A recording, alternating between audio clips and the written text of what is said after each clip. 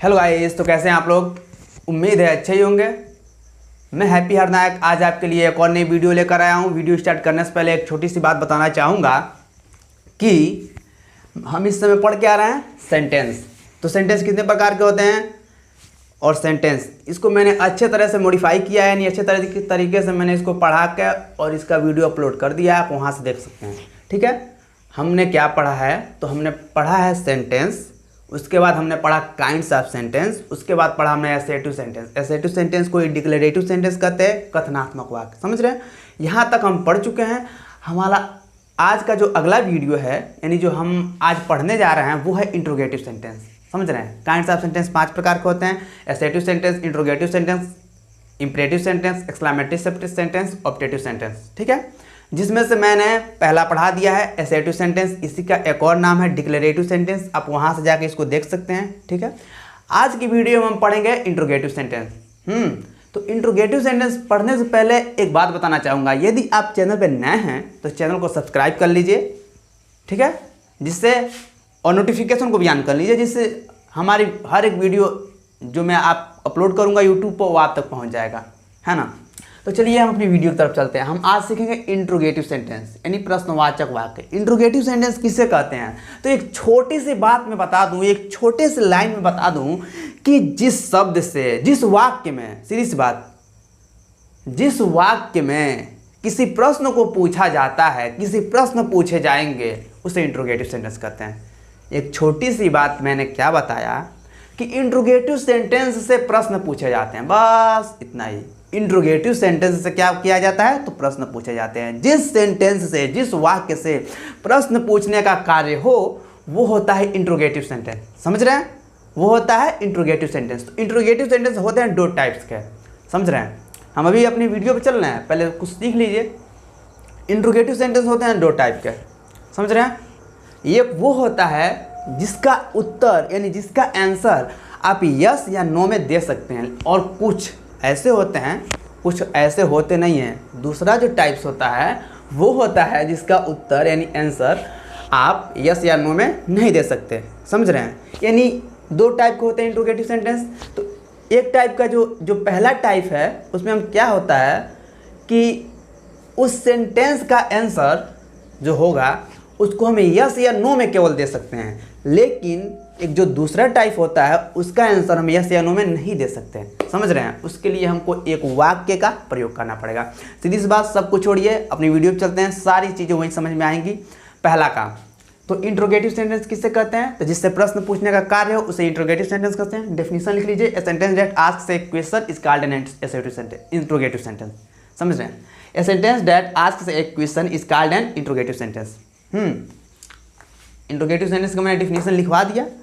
आगे अब एग्जाम्पल में क्या है, ध्यान से देखिएगा, सारी चीज़ें यहीं आपकी क्लियर हो जाएंगी। ध्यान से देखिएगा, एग्जाम्पल में मैंने क्या लिखवाया, are you going to school, are you going to school, क्या तुम स्कूल जा रहे हो। इसका हिंदी में अनुवाद क्या होगा, क्या तुम स्कूल जा रहे हो, ये हुआ। तो देखिए यहाँ ध्यान से देखिएगा, इसमें प्रश्न ही तो पूछा जा रहा है कि क्या तुम स्कूल जा रहे हो। समझ रहे हैं, और मैंने आप सभी भी बताया कि 2 टाइप्स होते हैं इंट्रोगेटिव सेंटेंस का। जो पहला टाइप्स होता है उसका आंसर आप यस या नो में दे सकते हैं। तो मैं बता दूं, हाँ, ऊपर के 5 वाक्यों को देखिए, 1 2 3 4 5, यहाँ तक, ये वाला, ये और ये वाला, ये 5 वाक्य जो है, इसका आंसर आप यस या नो में दे सकते हैं। देखिए कैसे, जैसे पहले बताया जा रहा है, are you going to school, क्या तुम स्कूल जा रहे हो। तो अगर आप स्कूल जा रहे हैं तो आप कहेंगे यस, यदि नहीं जा रहे हैं तो कहेंगे नो या नॉट, है ना। समझ रहे हैं, यस या नो। समझ रहे हैं, मेरी बातों को समझिएगा ध्यान से। बताया जा रहा है कि are you going to school, क्या तुम स्कूल जा रहे हो, क्या तुम स्कूल जा रहे हो। तो आप यदि स्कूल जा रहे होंगे तो कह देंगे यस, यानी हाँ स्कूल जा रहा हूँ। यदि आप नहीं जा रहे हैं तो आप कहेंगे नो। समझ रहे हैं, यानी स्कूल में नहीं जा रहा हूँ। समझ रहे हैं, तो इसका आंसर केवल आप यस या नो में दे सकते हैं। समझ रहे हैं कि नहीं समझ रहे हैं। ऐसे ही दूसरा वाक्य देखिए, do they like coffee, do they like coffee. Do यानी क्या, दे वे लाइक यानी पसंद करते हैं, कॉफ़ी यानी काफ़ी। क्या वे काफ़ी पसंद करते हैं, क्या वे काफ़ी पसंद करते हैं यानी लाइक करते हैं। तो अगर आप यदि मान लीजिए यहाँ पर जिन लोगों की बात हो रही है, वे, दे का मतलब वे है ना। अब जो दे यानी जो वे होता है, जो यानी ये जो वर्ड है ये क्या डिनोट करता है, ये डिनोट करता है एक से अधिक लोगों को, समझ रहे हैं, एक से अधिक लोगों को डिनोट करता है दे। इससे ये पता चलता है कि कई लोग हैं, तो उन सारे लोगों से पूछा जा रहा है, वहाँ पे जितने लोग मौजूद हैं जो काफ़ी को पसंद करते हैं, यानी जितने लोग बैठे हैं जिनको काफ़ी हम देने जा रहे हैं या जो भी दे रहा है, समझ रहे हैं, उनसे हम पूछ रहे हैं कि do they like coffee, do they like coffee, क्या वे कॉफ़ी पसंद करते हैं। यानी हम पूछ रहे हैं उनसे हम किसी और से कह रहे हैं कि क्या वे कॉफ़ी पसंद करते हैं, यानी जो लोग आपके घर वहाँ पे हैं, क्या वे कॉफ़ी पसंद करते हैं। तो यदि वे लोग कॉफ़ी पसंद करते होंगे तो आप जिससे प्रश्न किए हैं वो क्या कहेगा, वो कहेगा यस, और यदि नहीं पसंद करते हैं तो कहेगा नो। यही तो कहेगा। मैं क्या बता रहा हूँ, जैसे मैं हूँ, किसी के घर कुछ रिश्तेदार आए और उस रिश्तेदार से मैंने पूछा डू दे लाइक कॉफ़ी, क्या वे डू दे लाइक कॉफ़ी, क्या वे कॉफ़ी पसंद करते हैं। तो वो मुझे क्या जवाब देगा, यदि वो पसंद करते होंगे तो मुझे यही कहेगा यस यानी हाँ, और यदि नहीं पसंद करते होंगे तो कहेगा नो। सीधी सी बात, एक छोटे से वर्ड में यानी यस या नो में इसका भी आंसर हम दे सकते हैं। अभी मैं एक मज़े की बात बताऊंगा, बस ध्यान से देखिए। तीसरा क्या है, will she write a letter, will she write a letter, क्या है, विल, सीधी सी बात समझिए, होगा, सी वह, राइट पत्र, अ लेटर, राइट यानी लिखना, यानी लिखेगी एक पत्र। ध्यान दीजिएगा,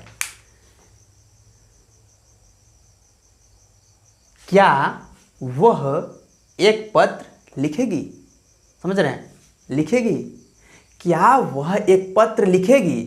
तो यदि आप किसी से मान लीजिए पूछ रहे हैं कि उससे पूछना कि क्या वह एक पत्र लिखेगी, तो क्या कहेगा, वो पूछ लेगा, उसके बाद कहेगा, अगर लिखने के लिए कहेगी तो कहेगा हाँ, वरना ना यानी नहीं। तो सेम वही बात, इसका भी आंसर हम यस या नो में दे सकते हैं। वैसे ही देखिए, आर यू इल, क्या तुम बीमार हो, क्या आप बीमार हैं, तो इसका भी आंसर हम यस या नो में दे सकते हैं। बीमार है तो यस, नहीं है तो नो। कैन यू स्विम, क्या तुम तैर सकते हो, कैन यू स्विम, क्या तुम तैर सकते हो। तो आप तैर सकते हैं तो कह दीजिए हाँ, नहीं तैर सकते तो कहिए ना, यानी नहीं, मैं नहीं तैर सकता, समझ रहे हैं। तो यानी इस 5 वाक्यों को देखिए ध्यान से, ये है इंट्रोगेटिव सेंटेंस, लेकिन ये पहला टाइप है जिसका आंसर हम यस या नो में दे सकते हैं। यहाँ पे एक छोटी सी बात नोट, ये नोट पॉइंट नोट करिएगा। इस नोट पॉइंट में मैंने पहला क्या लिखवाया कि ऐसे वाक्य यानी सेंटेंस जो हिंदी में क्या तथा अंग्रेजी में हेल्पिंग वर्ब से प्रारंभ होते हैं उसे हम कहते हैं इंट्रोगेटिव सेंटेंस, वो भी यस या नो टाइप का, समझ रहे हैं। यस या नो टाइप का सेंटेंस कब कहेंगे, ध्यान दीजिएगा। इंट्रोगेटिव में ऐसे वाक्य जो हिंदी में यदि हम देखें तो क्या से प्रारंभ हो, क्या तुम खाना खाते हो, क्या तुम स्कूल जाते हो, क्या तुम रोज नहाते हो, क्या तुम कपड़ा धोते हो, समझ रहे हो।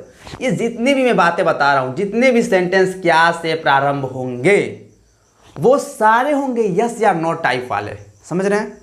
इन सारे सेंटेंस का अगर हिंदी हम निकालें, अभी मैं सब बताया ही हूँ, आप वहाँ पे आप वीडियो को पीछे करके देखिए, सुनिए ध्यान से, उसका मैं हिंदी बताया हूँ। सारे सेंटेंस क्या से प्रारंभ हुए थे, है ना। और इंग्लिश में क्या है तो हेल्पिंग वर्ब। हेल्पिंग वर्ब क्या होता है, समझ रहे हैं, सहायक क्रिया। हेल्पिंग वर्ब सहायक क्रिया, यानी इस सेंटेंस की सहायक क्रिया क्या है तो आर, इस सेंटेंस का डू, विल, आर, कैन, ये हेल्पिंग वर्ब है, समझ रहे हैं। तो जो हेल्पिंग वर्ब होता है इंग्लिश में क्या होता है तो हेल्पिंग वर्ब से प्रारंभ होता है। ऐसे वाक्य इंग्लिश में हेल्पिंग वर्ब से प्रारंभ होते हैं और हिंदी में क्या से, समझ रहे हैं। तो ये हमारा पहला टाइप जिसे हमने देखा। अब हम चलते हैं अपने दूसरे टाइप की ओर। तो जो दूसरा टाइप हमारा है उसका आंसर हम यस या नो में नहीं दे सकते। तो जब यस या नो में नहीं दे सकते तो कैसे देंगे बताएंगे, सब सीखेंगे। देखिए इसमें कहा जा रहा है who goes to temple daily. क्या कहा जा रहा है, who goes to temple daily, कौन मंदिर जाता है रोज, यानी कौन रोज मंदिर जाता है। मंदिर, इस सेंटेंस में क्या कहा जा रहा है कि who goes to temple daily. समझ रहे हैं कि मंदिर रोज कौन जाता है। तो आप अगर जानते हैं तो आप क्या कहेंगे, यदि पुजारी रोज मंदिर जाते तो आप कहेंगे, यहाँ क्या कहेंगे, मान लीजिए अगर पुजारी मंदिर जाते हैं रोज तो आप कहेंगे वारसी पर, समझ रहे हैं, वारसी पर गोज टू टेम्पल डेली। सीधी सी बात इतना कह देंगे। यदि मान लीजिए राम मंदिर जा रहा है, एक मैं बात कह रहा हूं, समझ रहे हैं,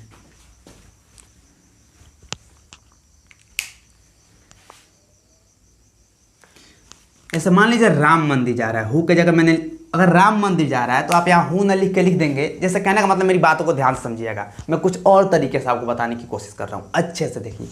इसमें बताया जा रहा है कि who goes to temple daily, समझ रहे हैं, who goes to temple daily, मंदिर रोज कौन जाता है, ठीक है, मंदिर रोज कौन जाता है ना। तो आप क्या कहेंगे, आप सीधी सी बात कहेंगे, यदि राम मंदिर जा रहा है तो आप हु के जगह पर राम रख दीजिए, बस हु के जगह पर केवल राम रख दीजिए, क्या हो जाएगा, Ram goes to temple daily. यदि सोहन मंदिर जाता है तो यहाँ पर हु के जगह पे आप सोहन रख दीजिए, Sohan goes to temple daily. यदि नेहा मंदिर जाती है तो यहाँ पे लिखिए Neha goes to temple daily. यदि पुजारी मंदिर जा रहा है तो यहाँ लिखिए वारसी पर गोज टू टेम्पल डेली। समझ रहे हैं, बस हु के जगह पे उस वर्ड को रख देना है जो मंदिर जा रहा है, उस नाम को रखना है जो मंदिर जा रहा है, उस व्यक्ति का नाम रखना है जो मंदिर जाता है। समझ रहे हैं, समझ रहे हैं। तो इसका आंसर हम एक वाक्य में देंगे, एक वर्ड में नहीं दे सकते। नीचे देखिए, why do you weep, why do you weep, why मतलब क्यों, डू तो हेल्पिंग वर्ब है, यू तो तुम, वीप माने रोना, है ना।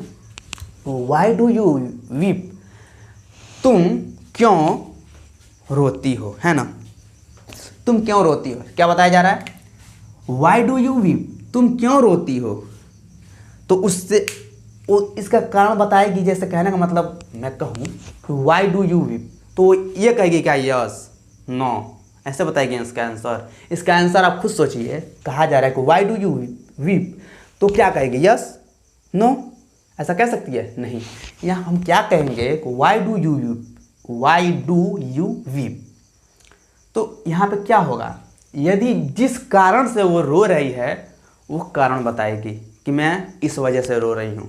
इसमें यह पूछा जा रहा है कि तुम क्यों रो रही हो, तुम क्यों रो रही हो, रो रही हो नहीं, रोती हो। समझ रहे हैं, तुम क्यों रोती हो, तो इसका कारण क्या बताएगी, जो इसका रीज़न होगा जिस वजह से आप वो रो रही होगी वही बताएगी। समझ रहे हैं। नीचे देखिए, where is he going, where is he going, वह कहाँ जा रहा है। इसमें क्या बताया जा रहा है कि वह कहाँ जा रहा है, वेयर इज ही गोइंग, वह कहाँ जा रहा है। तो यदि आप जहाँ जाएंगे वहाँ बताएंगे। यदि आप आगरा जा रहे हैं तो आप आगरा बताएंगे कि मैं आगरा जा रहा हूँ, ठीक है, I am going to Agra, यानी मैं आगरा जा रहा हूँ। यदि आप लखनऊ जा रहे हैं तो आप लखनऊ बताएंगे, I am going to Lucknow.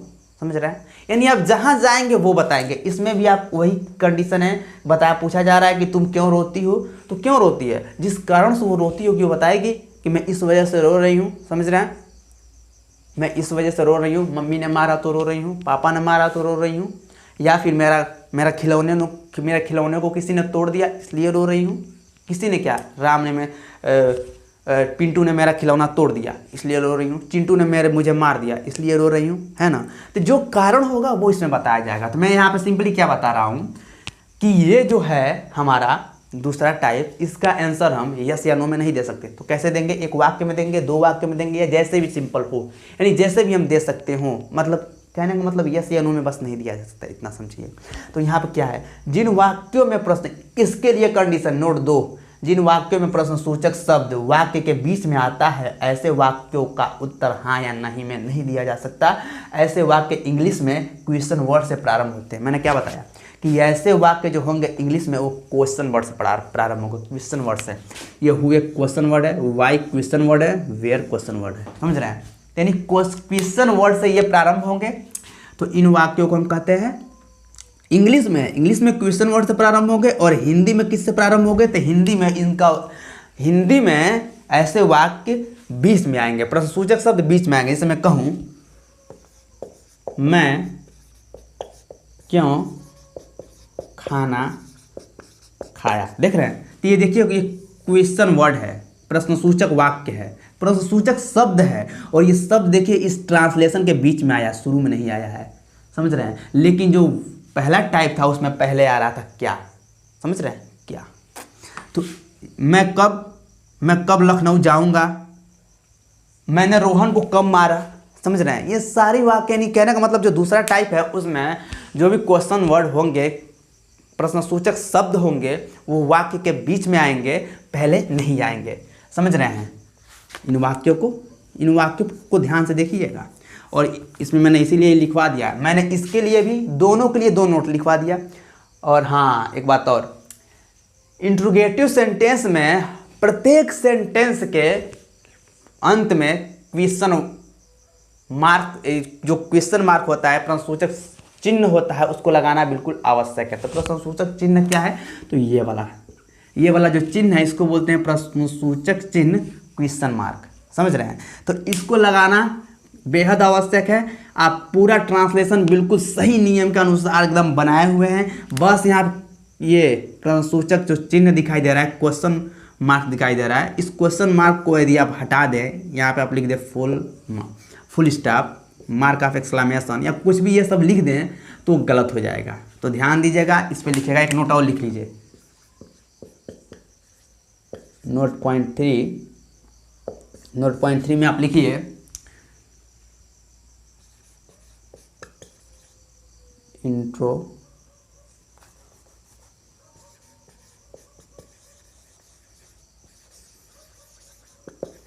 Interrogative sentence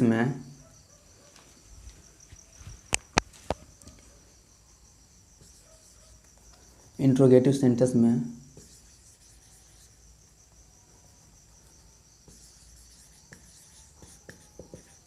question mark लगाना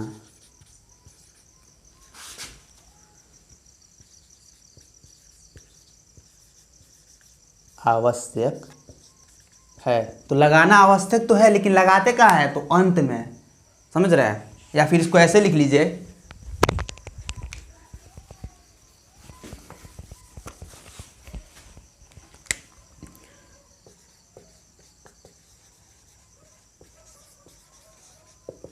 इंट्रोगेटिव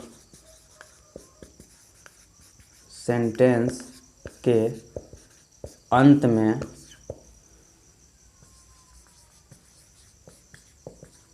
क्वेश्चन मार्क यानी प्रश्नसूचक चिन्ह